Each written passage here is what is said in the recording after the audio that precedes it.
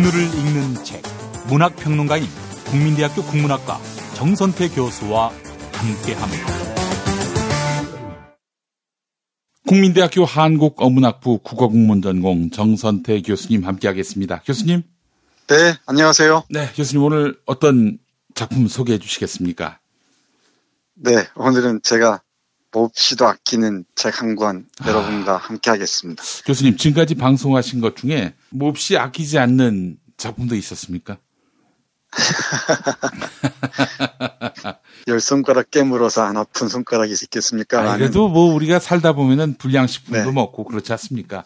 그래서 오늘은 거의 불량식품에 해당하는 그런 작품이 아니겠나, 속으로는 그렇게 생각하셨을 작품이 있지 않았을까 싶은데요. 글쎄요, 별로 기억이 없어요. 그렇군요. 정말 최고의 자료로 방송해 주시는 우리 교수님. 너무 감사합니다. 혹시 몰라요. 그 한두 권 있을지 모르겠습니다. 그러나 사실은 뭐 세상에 뭐 아름답고 훌륭하고 완성도가 높은 그런 작품만 소개받는 거는 그렇지 않습니까? 뭐 때로는 좀 말씀드린 대로 불량식품을 먹을 수도 있고 또 뭐 사실은 작품성과는 무관한 에로티시즘 영화도 볼 수 있는 것이고 그렇지 않나요? 뭐 네, 쓸데없이 맞아요. 시간 죽이는 뭐 그런 만화책 볼 때도 있고. 네, 매일매일 그 양질의 식사만 할 수는 없잖아요. 그렇습니다. 예. 가끔씩은 인스턴트도 먹어야 되고, 컵라면도 먹어야 되고, 뭐 그럴 때도 있죠. 그렇습니다. 뭐 저는 고른다고 고르는데 방송 들으시는 분들의 성에는 뭐 차지 않은 책들도 적지 않았을 겁니다. 어쩌겠습니까? 예, 알겠습니다. 그럼 교수님, 오늘 책은 음식에 비유하자면 어떤 음식이라 할 수 있을까요? 뭐랄까요? 아주 좋은 재료로 장갈하게 만든 음식인데 양이 많지 않지만 정말 꼭꼭 씹어서 오랫동안 음미할 그런 책이라고 얘기할 수 있을 것 같네요. 예. 막스 피카르트는 이 침묵의 세계로 워낙 잘 알려져 있습니다만은 우리 안에 히틀러나 인간과 말 등 걸작들이 있습니다. 특히 우리 안에 히틀러는 독일인들이 히틀러 사상으로 빨려 들어간 상황들을 보면서 아주 통렬하게 우리 안에도 그 히틀러를 맞이하고 싶어 했던 욕망이 깃들어 있지 않았느냐라는 점을 비판합니다. 교수님, 어차피 이따 말씀하시면서 소개해 주시겠지만은 어떻게 해야 이 파시즘이 먹힐 수 있는지 그 통치자들이 굉장히 관심을 가질 것 같아요. 마키아벨리즘도 있습니다만은 이 현대 사회에서 국민들을 하나의 어떤 그런 통합된 통치 체계 아래 두고 싶은 그런 욕구는 누구에게나 다 있지 않겠습니까? 그 중에서도 가장 강렬한 게 인간의 욕망, 그 가운데서도 이 경제적 이해관계를 조정하는 것 같습니다. 히틀러도 그렇지만 일본의 그 군국주의 파시스트들도 이 경제 문제와 관련해서 아주 예민하게 반응했었죠. 이른바 사회적 약자들까지도 모조리 끌어들여서 자신의 그 휘하에 두겠다는 발상의 바탕에는 바로 경제적 이해관계를 추동하는 힘이 있었던 것 같습니다. 거기에 우리는 쉽게 휘말려 들기도 하죠. 우리 MB를 다시 입에 올려서 대단히 송구합니다마는 우리 MB를 싸잡아서 비난하기는 참 쉽습니다. 뭐 사기꾼이 나쁜 놈이 얘기하기 쉬운데 사실 MB는 우리의 n분의 1의 표정인지도 몰라요. 그러니까 우리들의 이 경제적 욕망, 부자가 되고자 하는 욕망들이 MB라는 하나의 표상을 그렸고 그를 그 권좌에 앉혔던 것인지도 모르겠습니다. 우리 안에 히틀러가 나와서 말씀입니다마는 MB를 비난하고 비판함으로써 자신의 정당성을 확인하고자 하는 건 어쩌면 비겁한 알리바이의 일종인지도 모릅니다. 그렇죠. 우리 안에 MB가 있었다는 것, 그 MB의 부자가 되게 해주겠다는 말에 속았든 아니면 그걸 믿었든 우리는 거기에 반응했다는 것, 그리고 그 반응이 MB라는 이 형상을 조직해냈다는 것, 그것까지 우리가 읽어낼 수 있어야 되죠. 쉽진 않겠지만은 박근혜 씨도 마찬가지 같습니다. 우리가 얼마든지 비난할 수 있지만은 박근혜를 형성하는 과정에 우리는 과연 아무런 잘못이 없는가? 이런 문제까지도 꿰뚫어 볼 수 있어야 비로소 비판다운 비판을 할 수 있을 것이라고 생각합니다. 갑자기 또 이쪽으로 이게 돌아섰네요. 본론으로 돌아가겠습니다. 막스 피카르트의 책 중에 금방 말씀드린 우리 안에 히틀러도 있고 또 인간과 말 말이란 무엇인지에 대해서 깊은 통찰을 보여주는 산문가입니다. 그야말로 에세이스트 중에 에세이스트라고 얘기할 수 있을 것 같아요. 1888년에 태어나서 1965년에 세상을 떠난 현대 최고의 에세이스트 중에 한 사람이 아닌가 저는 그렇게 생각합니다. 예. 우리 김 PD에게는 조금 어려운 얘기일 것 같습니다만은 말을 하지 않고 산다는 것. 예. 참 어려운 일이겠죠. 예. 침묵하고 산다는 건 우리 김 PD에게는 어마어마한 고문일 겁니다. 김홍림 브리핑부터 시작해서 방송하지 말고 어디 가서 한 달 동안 침묵하고 있어. 무건수행해. 이러면 아마 이만큼 우리 김 PD를 괴롭히는 게 없을 것 같아요. 그죠? 아이, 꼭 그렇진 않습니다, 교수님. 그래요? 보고 즐기는 것도 좋아하는 건데, 근데 한 말을 1년, 2년 하지 말라고 하면은, 미칠 것 같아요. 근데 하루 이틀 정도는 괜찮고, 일주일 정도까지는 괜찮은데요. 근데 예전에 그런 사람을 봤습니다. 어떤 목사인데요. 성추행 문제로 해서 사실상 교회에서 쫓겨났습니다. 그래서 이제 선배 목사들이 위해 준다고, 나름대로 자숙하는 기간을 가지라고, 미국에 거처를 마련해 줬는데, 이 양반이 얼마 안 있다가 돌아왔어요. 돌아오면서 한 얘기야. 나는 설교하지 않으면 미칠 것 같다. 이런 얘기를 했는데. 아니, 설교자가, 말을 잘해서 설교자가 아니라, 이른바, 내면의 그런 권위, 내면에서 비롯된 권위, 그 권위에 입각해서 설교할 수 있는 거 아닙니까? 네, 그 내면의 권위를 확보할 수 있는 방법 중에 하나가 침묵일지도 모르겠네요. 글쎄 말입니다. 이 침묵의 수준이랄까 밀도가 분명히 있겠죠. 예. 며칠 동안 말 안 한다고 그게 침묵은 아닐 테고요. 또 자발적 침묵이 있을 수 있고 강요된 침묵이 있을 수 있죠. 예. 네, 이 책에서 주로 얘기하는 자발적 침묵입니다. 정말 소음이 가득한 세계에서 자발적 침묵이란 우리의 영혼과 정신에 어떤 영향을 미치는가를 통찰한 책이라고 보시면 좋을 것 같습니다. 이 책을 펼치면 침묵의 모습이라는 글이 있는데요. 여기에서 이렇게 말합니다. 침묵은 결코 수동적인 것이 아니고 단순하게 말하지 않는 것이 아니다. 침묵은 능동적인 것이고 독자적인 완전한 세계이다. 침묵은 그야말로 그것이 존재한다는 사실 때문에 위대하다. 침묵은 존재한다. 고로 침묵은 위대하다. 그 단순한 현존 속에 침묵의 위대함이 있다. 여기서 주목해야 할 것은 침묵은 능동적인 것이고 독자적인 완전한 세계라는 것. 그리고 침묵은 수동적인 것이 아니고 단순하게 말하지 않는 것이 아니라는 것입니다. 자신의 내면을 들여다보고 자신을 성찰할 수 있는 시간, 그리고 외부에서 내 안으로 들어오는 것들을 소화하는 시간을 침묵이라고 얘기할 수 있겠죠. 이게 강요된 침묵이 아닌 자발적인 침묵의 의미가 아닌가 생각합니다. 그 다음 말 속의 침묵이라는 것도 그런데요. 금방 우리 김 PD께서 어떤 목사님의 사례를 말씀해 주셨는데 말의 세계는 침묵의 세계 위에 세워져 있다고 얘기합니다. 예. 튼실한 침묵의 그 토대가 있어야 말이 빛난다는 얘기죠. 말 속의 침묵에서 막스 피크라트 이렇게 말을 합니다. 말의 세계는 침묵의 세계 위에 세워져 있다.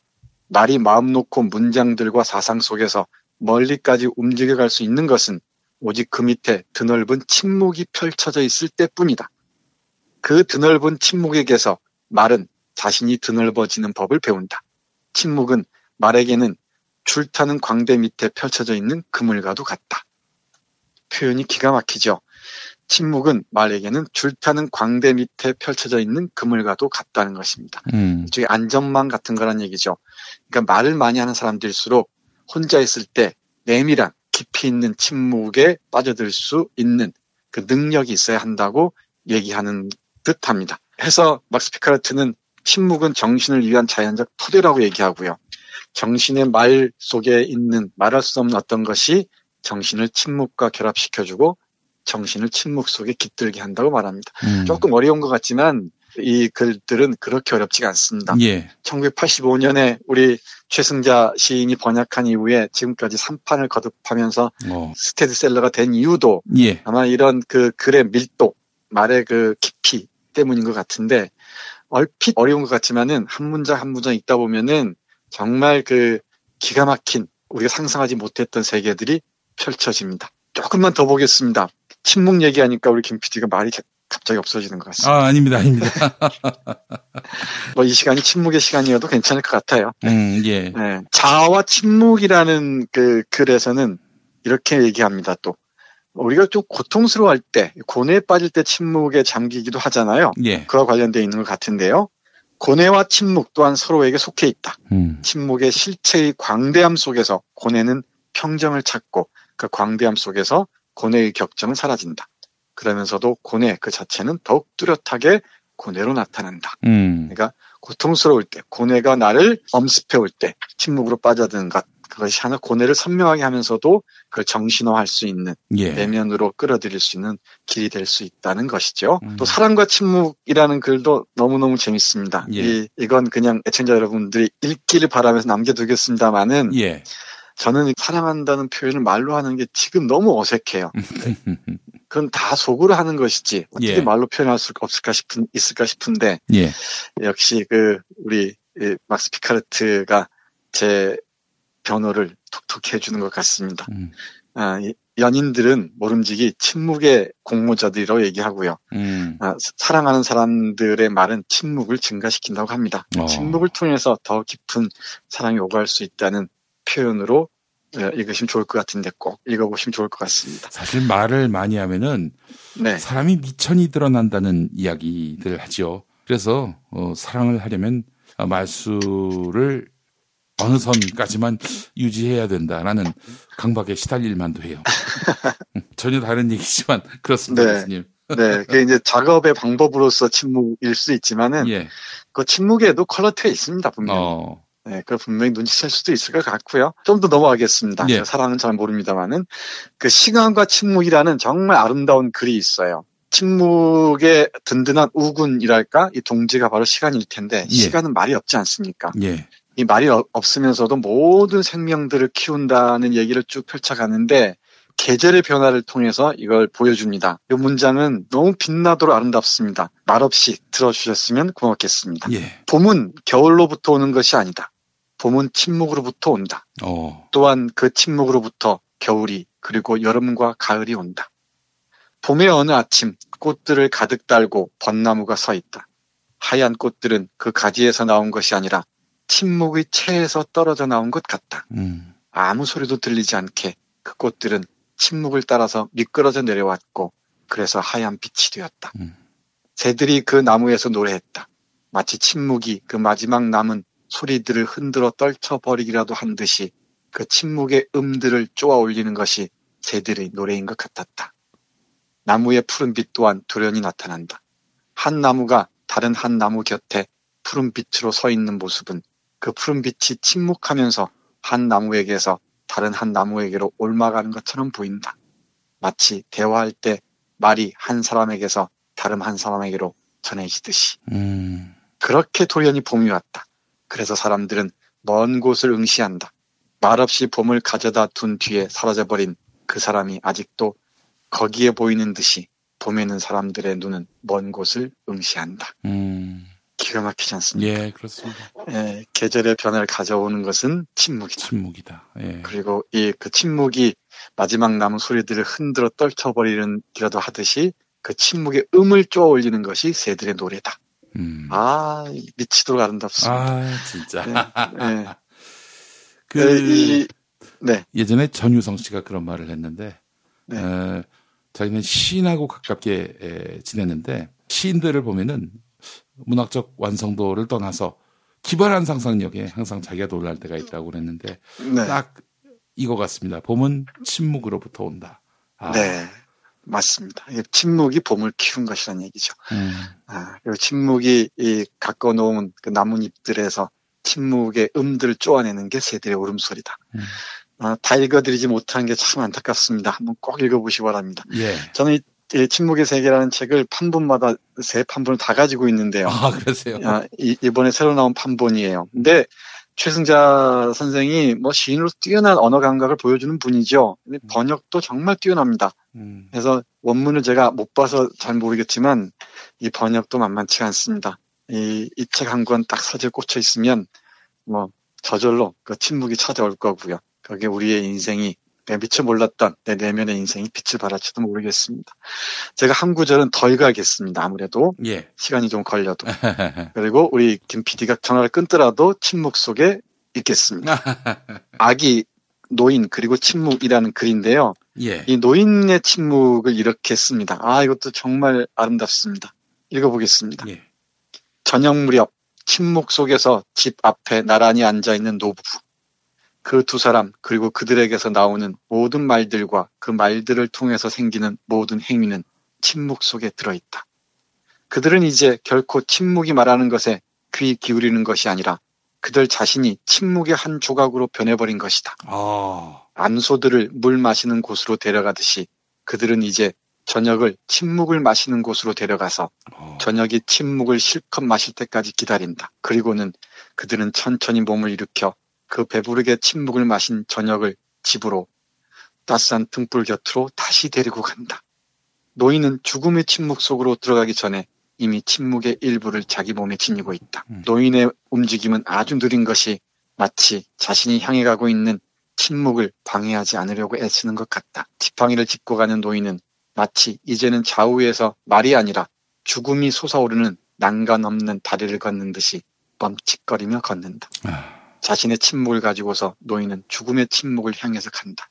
그리고 노인의 최후의 말은 그 노인을 삶의 침묵으로부터 저 너머 죽음의 침묵으로 실어가는 한 척의 배와 같다. 말을 덧붙이는 게 이 글을 해치는 것 같습니다. 이뿐만이 아니고 농부와 침묵도 정말 더없이 아름답고요. 이 건축물과 침묵의 문제 그리고 신앙과 침묵 등에 대한 논의들도 이 얘기들도 정말 아름답습니다. 마지막을 보면은 이렇게 적혀 있습니다. 모든 것이 직접적인 수익성에 따라서 계산되는 현대 세계에는 더 이상 침묵을 위한 자리는 없다. 침묵은 추방당했다. 침묵은 수익성이 없고 다시 존재하는 것일 뿐이기 때문이다. 침묵은 아무런 목적도 없는 듯했고 비생산적이었기 때문이다. 오늘날 침묵은 거의 말을 할 수 없다는 무능력, 무엇인가 축소된 것, 소극적인 것으로만 존재할 뿐이다. 침묵은 오늘날 그런 형태로만 나타난다. 침묵은 다만 지속적인 소음의 흐름에 생긴 구조적 결함에 불과한 것처럼 보인다. 이런 자본주의 사회에서 현대 세계에서 침묵은 비효율적인 것, 비생산적인 것으로 낙인 찍히기 십상이죠. 그러나 이 막스 피카르트는 성스러운 침묵, 성스러운 무용성이란 말을 씁니다. 쓸모없는 것처럼 보이지만은 침묵만큼 성스러운 게 없다. 우리의 인간의 내면을 깊이 있게 보여주는 건 없다라고 얘기합니다. 겨울이 깊어가는 시간, 침묵이 데려올 봄을 기다리면서 이 막스 피카르트의 침묵의 세계 꼭 함께 하셨으면 좋겠습니다. 교수님 너무 좋은 작품이었습니다. 근데 교수님, 네, 그런 침묵 말고 네, 불의한 권력과 자본 앞에서 침묵하는 건 어떤 침묵이라고 봐야 되겠습니까? 그 성격이 전혀 다르죠. 그건 김 PD가 말씀하신 그 침묵은 역설적이게도 자발적인 것처럼 보이지만 그건 강요된 침묵입니다. 그리고 자신의 내면을 억압하는 비겁한 침묵이기도 하죠. 그런 점에서 이런 효용성이 없어 보이지만 여기서 막스 피카르트가 얘기하는 침묵은 자신을 더욱 빛나게 하는 자신의 삶을 더욱 비옥하게 하고 그 자신의 비옥한 삶을 억압하는 모든 것을 저항하는 침묵이라면 김 PD가 말씀하신 그 침묵은 자신의 삶을 피폐하게 만드는 비겁한 침묵이라고 얘기할 수 있을 것 같습니다. 제가 이렇게 여쭤보는 이유는 불의한 침묵을 갖고 오늘 소개해 주신 작품의 침묵으로 미화하려는 그런 자들이 나올까 봐. 그런 자들은 아마 이 책 못 읽을걸요? 가까이 할 수 없을 겁니다. 알겠습니다. 오늘도 정선태 교수님과 함께 침묵의 세계로 들어가 봤습니다. 한용운 선생의 님의 침묵. 이 책과 좀 연결 지어서 볼 수 있을까요? 네, 그렇게 얘기할 수 있을 것 같습니다. 이 뒷부분에 보면은 시와 침묵이라는 글이 두 편 이어져 있거든요. 우리 김 PD는 안 읽고도 잘 아시는 것 같아요. 촉이 아주 좋아요. 바로 님의 침묵도 침묵이고 또 시가 침묵의 언어이기도 하죠. 여백을 채워넣는 게 시를 읽는 과정이기도 한데 또 님의 침묵에서 침묵도 아마 이 막스 피카르트의 침묵과 어느 정도 접점을 확인할 수 있을 것 같습니다. 알겠습니다. 정선태 교수님 오늘 말씀 잘 들었습니다. 네, 고맙습니다.